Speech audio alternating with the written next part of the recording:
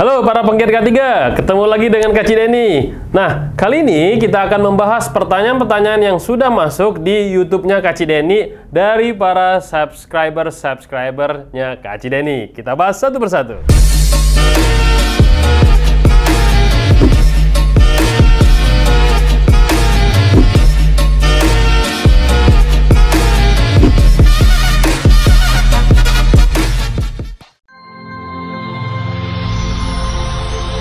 Video ini dipersembahkan oleh Mediatama Academy. Training K3, langsung kerja.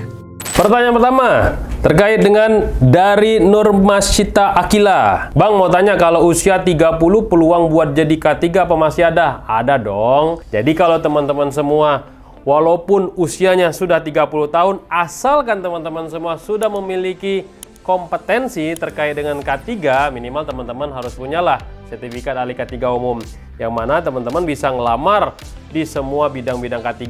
Ingat, yang paling penting adalah keinginan untuk bekerja menjadi seorang K3, itu harus ada dulu.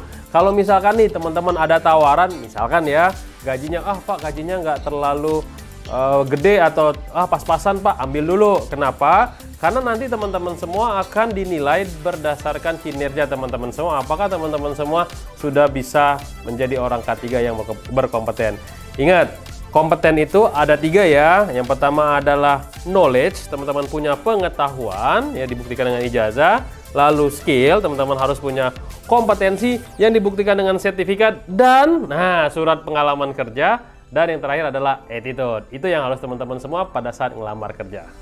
Pertanyaan dari Guntur Desila, nggak ada ujiannya ya untuk auditor SMK 3? Ada dong. Justru kalau teman-teman ikut pelatihan auditor SMK 3 berdasarkan Permenaker nomor 26 tahun 2014, teman-teman pertama wajib ahli K3 umum terlebih dahulu. Ya, harus lulus dulu. Lalu teman-teman ikut pembinaannya selama 3 hari secara teori di Zoom dan workshop dan praktek di sana. Lalu nanti hari keempatnya teman-teman semua nanti atau hari kelimanya teman-teman akan ada namanya simulasi sebagai auditor. Dan terakhir ada ujiannya. Yang pasti ada ujian online di temank3.id. Jadi teman-teman pastikan nih kalau teman-teman ikut pelatihan atau pembinaan sertifikasi Kemenaker, pasti ada ujiannya. Ujiannya pasti di temank3.id. Justru kalau ada PJK 3, kok tempat ini nggak ada ujiannya? Hati-hati itu, jangan-jangan PJK 3-nya bodoh. Syam Chanel, wah Syam Chanel nanyanya ya.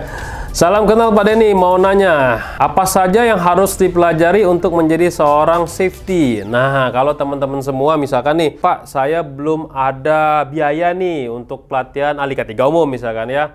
Apa yang harus saya lakukan? Nah, teman-teman ikut aja webinar-webinar yang Mediatama lakukan setiap hari Sabtu.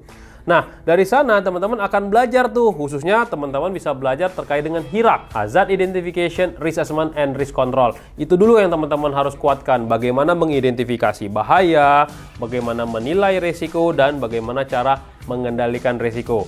Ingat, safety itu harus kerja berdasarkan HIRAK. HIRAK dulu yang harus dimulai. Baru nanti kita belajar lagi namanya SOP, yang namanya Sistem Manajemen K3 berdasarkan PP 50, atau ada juga ISO 45001 tahun 2018. Yang pasti teman-teman haus akan ilmunya dulu tuh. Teman-teman harus terus belajar dan bertanya serta mengimplementasikan di lapangan. Pasti banyak juga pertanyaan-pertanyaan terkait dengan bagaimana implementasi K3 di lapangan, akan muncul seperti itu dari yang keinginan kita tadi. Semoga membantu. Belajar kiat elektronika. Ini channelnya emang belajar kiat nih. Saya D3 elektro, kalau pengen jadi ahli K3 apa saya harus kuliah eksistensi D4 K3-nya? Nggak mesti. Jadi kalau teman-teman D3 elektro, teman-teman, Pak saya pengen training ahli K3 apa yang cocok? Misalnya ahli K3 listrik deh ya. Kalau teman-teman dari D3 elektro, cocoknya ahli K3 listrik, teman-teman bisa ikutin, itu pelatihannya 17 hari, itu tatap muka loh teman-teman. Nah, di sana nanti akan banyak sekali belajar tentang kelistrikan, terutama juga tentang elektronika atau elektro ya. Nah, tidak mesti ikut D4 K3 dulu, nggak mesti, karena syarat untuk training ahli K3 listrik minimal D3 berijazah. Pastikan teman-teman ada ijazahnya dulu ya.